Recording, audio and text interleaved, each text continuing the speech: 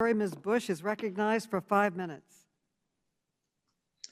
Thank you, and good morning. St. Louis, and I thank you, Madam Chair, for convening this important hearing today.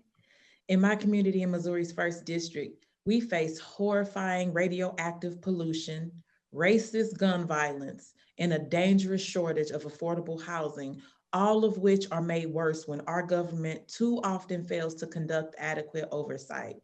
With this in mind, we are eager to do that work today and make clear the urgent need for accountability and transparency, especially in the aftermath of the Trump administration, who eroded integrity and trust in our government.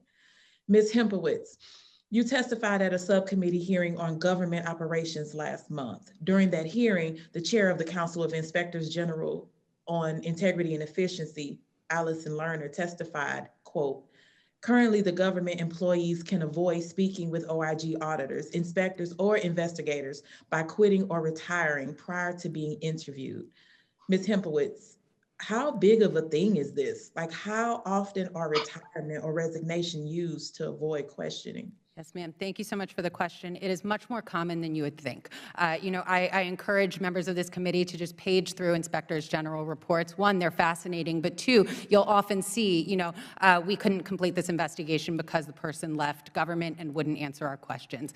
It's an illogical limit to these inspectors general for the ability to do their jobs. And I will just highlight, because Mr. Smith has raised that he has concerns about how they would exercise the subpoena authority. I want to just highlight that the Department of Defense Inspector General has testimonial subpoena authority. So does the Pandemic Response Accountability Committee. So does the Special Inspector General for Pandemic Recovery. And we have not seen those inspectors general abusing this authority. I would also highlight that under the provisions of the law in front of Congress right now that would institute for-cause removal protections for inspectors general, abusing subpoena authority would absolutely fit under the abuse of authority provision there, allowing the president to remove an inspector general. Thank you. So Vice Chair Gomez introduced legislation, which is also included in Chairwoman Maloney's IG Independence and Empowerment Act, to grant this authority, the testimonial subpoena authority, of course, to the inspectors general. So Ms. Hempowitz, how does the inability to compel testimony from former government employees hinder the work of the inspectors general and their ability to fully investigate matters?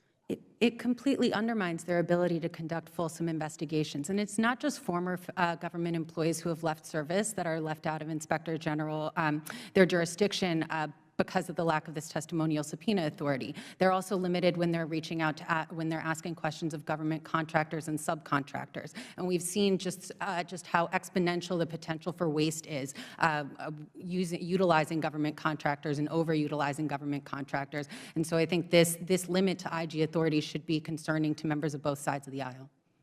I agree. Okay. Do you have any concerns about, so first of all, let me just say thank you for, you did talk about who does have the testimonial subpoena authority, but do you have any concerns about retaliation against lower level employees if we were to expand this power? No, I don't think so. I mean, lower level employees are, I guess if they're in government right now, they are under the IG's jurisdiction. But I also think, there's another proposal in front of the committee, and I apologize, there's just so many bills and I can't keep track of the name, that would increase transparency around how the Integrity Committee within SIGI investigates IGs for wrongdoing. And so I think if there were instances where we saw this authority being abused, those changes to the Integrity Committee process would help bring those to light. But I also hope that by passing whistleblower protections and strengthening those whistleblower protections, you would also be hearing from whistleblowers who could more safely then raise those concerns to Congress. Thank you.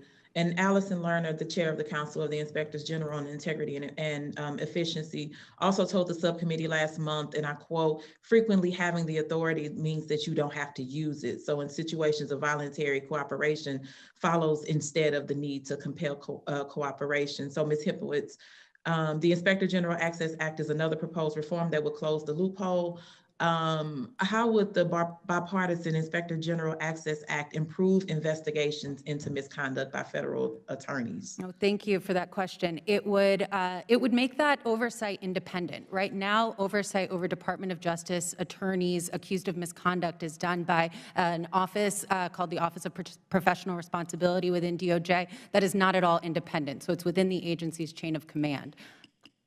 The gentlewoman's time has expired. The gentlewoman from California, Ms. Porter, is recognized for 5 minutes.